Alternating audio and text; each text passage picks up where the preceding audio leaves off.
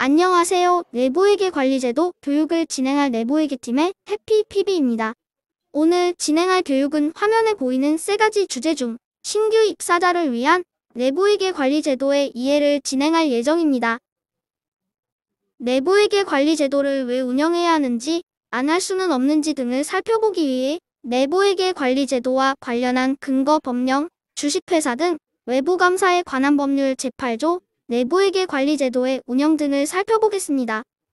내부회계관리제도를 적용하는 회사에 대한 정의를 기술하고 있는 항을 살펴보면 회사는 신뢰할 수 있는 회계정보의 작성과 공시를 위하여 다음 각 호의 사항이 포함된 내부회계관리 규정과 이를 관리 운영하는 조직을 갖추어야 한다. 다만 주권 상장법인이 아닌 회사로서 직전 사업연도 말에 자산총액이 1천억 원 미만인 회사와 대통령령으로 정하는 회사는 그러하지 아니한다.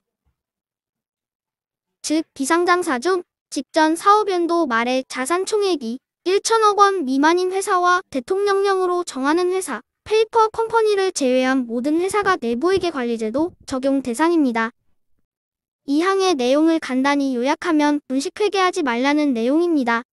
참고로 이와 관련한 과징금은 회계기준과 다르게 회계 처리한 금액의 20%를 회사에게 부과하고 회사가 고지받은 금액의 10%를 임원에게 부과합니다. 2018년 외관법 개정 시 과징금 한도에 대한 조항을 삭제했습니다. 구체적인 예시를 들면 회사가 회계 기준과 다르게 회계 처리한 금액이 1천억인 경우 회사에게 200억, 임원에게는 200억의 10%인 20억의 과징금을 부과합니다. 실제로 이전에 근무했던 회사에서 영업 담당 임원이 분식회계를 자행했었는데 금융감독원이 회사와 영업 담당 임원에게 과징금을 부과했고 영업 담당 임원을 검찰 고발했습니다. 다시 본론으로 돌아와서 내부회계관리제도 운영 책임은 대표이사에게 있다는 것을 3항과 4항을 통해서 확인 가능합니다. 6항을 보시면 회사가 이 조항에서 정한 사항에 대한 준수 여부를 감사인, 즉 회계법인이 검토 또는 감사를 하는 것입니다. 감사인이 외관법에 따라 내부회계관리제도 운영 실태에 대해 검토 또는 감사 수준을 적용하는 것이지 회사가 내부회계관리제도 운영 시 검토 또는 감사 수준을 결정하여 적용하는 것이 아닙니다. 비상장사의 경우 일부 직원분들이 상장사도 아닌데 내부회계관리제도를 왜 하냐? 라고 반문하시는 분들도 계실 텐데요. 바로 이 주식회사 등의 외부감사에 관한 법률 제8조 때문에 내부회계관리제도를 적용하는 것입니다. 다음은 주식회사 등의 외부감사에 관한 법률 시행령 제9조입니다. 내부회계관리제도 운영평가 결과를 인사평가에 반영하는 법적 근거를 2항 5호와 7호에서 기술하고 있습니다. 지금까지 저희는 내부회계관리제도 적용 대상, 회사와 그 내용에 대해 법적 근거를 살펴보았습니다. 그렇다면 다음 중 내부회계관리제도를 적용하는 회사는 어느 회사일까요? 1번 자산총액이 1천억 원을 초과하는 상장회사. 2번 자산총액이 1천억 원을 초과하는 비상장회사. 3번 자산총액 1천억 원 미만의 상장회사. 4번 자산총액 1천억 원 미만의 비상장회사.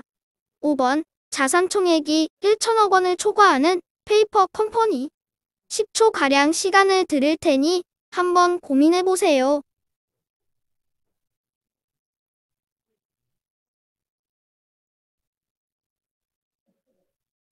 정답을 한번 확인해 보겠습니다. 정답은 1번부터 3번까지의 회사가 내부회계관리제도 적용 대상 회사입니다. 조금 전에 살펴본 외관법 제8조를 다시 한번 상기시켜보면 주권 상장법인이 아닌 회사로서 직전 사업연도 말에 자산총액이 1천억 원 미만인 회사와 페이퍼 컴퍼니는 내부회계관리제도를 적용하지 않는다라고 쓰여 있습니다. 그러면 아래 A, B, C 세 회사가 모두 페이퍼 컴퍼니가 아닌 비상장사라고 가정을 해봅시다. 그러면 내부회계관리제도 적용 대상 회사인지를 파악하기 위해 직전 사업연도 말 자산총액이 1천억이 넘는지 여부를 확인해 봐야 합니다. 2022년을 기준으로 직전 사업연도는 2021년이고 2021년 3사의 자산총액은 표에 보시는 것처럼 A가 1.9조, B가 1.1조로 이 두 회사가 내부회계관리제도 적용 대상입니다. C회사의 경우 2021년 12월 말 기준으로 자산 총액이 950억 원으로 C는 22년 기준 내부회계관리제도 적용 대상이 아닙니다. 그럼 C는 언제부터 내부회계관리제도를 적용하는지 궁금하실 텐데요. C의 2022년 9월 말 현재 자산 총액이 1,450억입니다. 앞으로 남은 회계 기간에 최소한 450억 원의 차입금을 상환하지 않는 이상 C는 23년부터 내부회계관리제도 적용 대상입니다. 내부회계관리제도를 적용하면 달라지는 내용에 대해 살펴보겠습니다. 왼쪽에는 주식회사 A의 감사보고서입니다. 오른쪽은 삼성전자의 감사보고서입니다. 혹시 주식회사 A와 삼성전자의 차이점이 보이시나요? 내부회계관리제도를 적용하는 회사는 외부감사인이 재무제표에 대한 감사 의견과 내부회계관리제도에 대한 검토 또는 감사 의견을 공시합니다. 주식회사 A의 감사보고서는 독립된 감사인의 감사보고서, 재무제표, 외부감사의 실시 내용, 크게 세 가지 항목으로 구성되어 있습니다. 삼성전자의 감사보고서는 독립된 감사인의 감사보고서, 재무제표, 내부회계관리제도 감사 또는 검토 의견, 외부감사 실시 내용 이렇게 네 가지 항목으로 구성되어 있습니다.